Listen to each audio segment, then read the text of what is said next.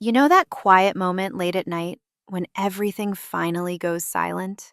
No emails, no notifications, just you and your thoughts. And somehow, that's when the weight hits hardest.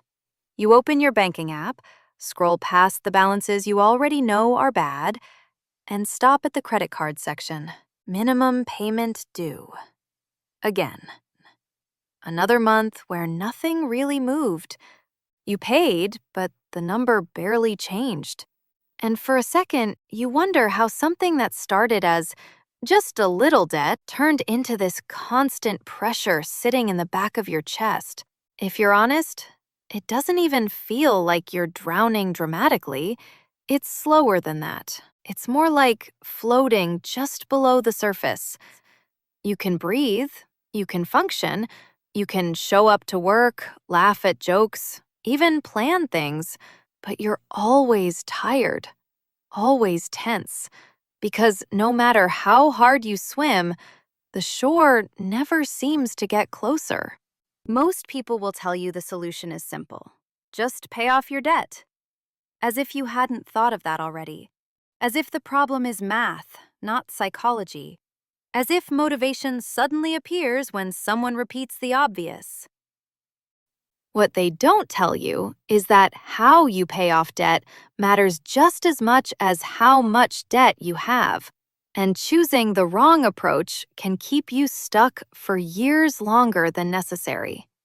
Hi, I'm Ms. Grace with Money Basics School, and I spend way too much time thinking about why smart people stay trapped in debt even when they desperately want out. Not because they're lazy. Not because they're irresponsible, but because they're fighting their own brain without realizing it. If you've ever felt like debt is less about money and more about mental exhaustion, you're in the right place. Today, we're breaking down the two most popular debt payoff strategies, the Snowball Method and the Avalanche Method, not just how they work on paper, but how they actually feel in real life. Because one of these methods is mathematically superior, and the other is psychologically superior. And which one works for you depends on something most financial advice completely ignores. Before we get into the numbers, let me ask you something. When you think about paying off debt, what scares you more? The interest you're paying every month? Or the feeling that no matter what you do, you're not making progress? That question is the entire point. Let's start with what debt actually does to your brain. When you're carrying multiple balances, your mind is constantly running background calculations. Can I afford this? What if something goes wrong? Which bill is coming next? This constant low-level stress puts your brain into survival mode. And in survival mode, long-term strategy becomes almost impossible. You're not thinking about optimization, you're thinking about relief. That's why debt feels so heavy even when the numbers aren't catastrophic. It's not just the money. It's the mental bandwidth it steals from you every single day. This is where the Snowball and Avalanche methods come in. On the surface, both methods look similar. You list all your debts, you make minimum payments on everything. Then you focus extra money on one debt at a time until it's gone. The difference is which debt you attack first. The Snowball method says you start with the smallest balance, regardless of interest rate. You knock it out as fast as possible. Then you roll that payment into the next smallest debt, and then the next. Like a snowball rolling downhill, getting bigger with each win. The Avalanche method says you start with the highest interest rate debt first, regardless of balance. You eliminate the most expensive debt, then move down the list in order of interest rates. This minimizes the total interest you'll pay over time. On paper, the Avalanche method is better. Every spreadsheet will tell you that. You pay less interest, you finish faster in terms of total dollars. If humans were robots, this would be the end of the discussion. But humans aren't robots. Here's the problem. The avalanche method often requires patience with no visible progress for a long time. If your highest interest debt also happens to have a large balance, you can spend months, sometimes years, throwing extra money at it without seeing a single account disappear. The balance goes down, but nothing feels finished.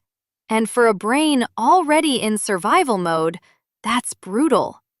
The snowball method, on the other hand, is built entirely around momentum. That first small debt might only be a few $100s. Maybe it's a store card you forgot about, or a leftover medical bill. But when that balance hits zero, something very real happens. You don't just see progress on a screen. You feel lighter. One less bill to track. One less payment date to remember. One less mental reminder that you're behind. That emotional win matters far more than most people realize. In real life, motivation doesn't come from spreadsheets. It comes from closure.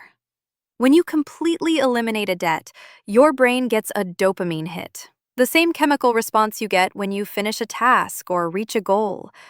Neuroscience research shows that completed goals create stronger motivation than ongoing effort with no clear endpoint. Your brain needs proof that your actions are working. Behavioral economists have studied this effect for years. A well-known Harvard Business School study on goal completion found that people who experience early wins are significantly more likely to persist on long-term tasks, even when those tasks become harder later. Debt payoff works the same way. When you wipe out a balance, your brain gets evidence that escape is possible. You're no longer guessing, you're seeing results. This psychological shift fuels consistency. People who feel progress are more likely to keep making payments, resist impulse spending, and stay disciplined during setbacks. Consistency is what actually gets people out of debt, not perfect optimization. Let's make this real. Imagine you have 4 debts: a small medical bill, a store credit card, a car loan, and a large credit card balance with a brutal interest rate. The Avalanche Method tells you to ignore the small stuff and attack the big, expensive one. Mathematically correct, emotionally exhausting. The Snowball Method says, wipe out the medical bill first, then the store card. Suddenly, you're down to 2 debts instead of 4. Your monthly obligations shrink. Your confidence grows. You're no longer drowning. You're swimming. And that shift changes behavior. People who see progress are more likely to cut unnecessary spending, more likely to pick up extra income, more likely to stay disciplined when motivation fades, because they've proven to themselves that effort leads somewhere. Now, this is where people get defensive. They'll say, "But I don't want to waste money on interest." And that makes sense. Nobody likes the idea of paying more than they have to. But here's the uncomfortable truth. Paying slightly more interest over a shorter period is better than paying less interest over a lifetime because you gave up. The best debt strategy is the one you actually finish. That said, the Avalanche Method isn't wrong. It's just optimized for a different type of person. If you are highly disciplined, emotionally detached from your finances, and motivated purely by efficiency, Avalanche might work beautifully for you, especially if your income is stable and your debt balances aren't overwhelming. But if debt feels heavy, if it feels personal, if it affects your sleep, your mood, or your sense of control, the Snowball Method often creates the psychological safety you need to keep going. This isn't about willpower, it's about environment. When you reduce the number of open debts, you reduce cognitive load. Fewer bills mean fewer reminders that you're behind. Fewer chances to feel like a failure. That matters. There's also something subtle that happens when debts disappear. Your identity starts to shift. You stop seeing yourself as someone bad with money and start seeing yourself as someone who finishes what they start. That identity change carries forward into saving, investing, and long-term planning. Now, let's address the question everyone asks next. What if I want the best of both worlds? Here's a hybrid approach that many people quietly use. Start with the snowball method until you've eliminated one or two small debts. Build confidence, create momentum. Then switch to Avalanche once your emotional load is lighter and your discipline is stronger. There's no rule that says you have to pick one method forever. The goal isn't to win a math competition. The goal is to get your life back. Because debt doesn't just cost you money, it costs you options. It keeps you in jobs you hate. It makes emergencies feel catastrophic. It turns small setbacks into full-blown crises. And the longer it sticks around, the more power it has over your decisions. Getting out of debt is about reclaiming that power. If you're feeling overwhelmed, start small. Not because it's efficient, but because it's human. Win first, optimize later. And remember this, the moment you stop drowning isn't when your balance hits zero. It's when you finally believe that zero is possible. If this video helped you see debt differently, subscribe to Money Basics School with Ms. Grace. In the next video, we are uncovering one of the easiest ways to start budgeting, especially if you're new to money management.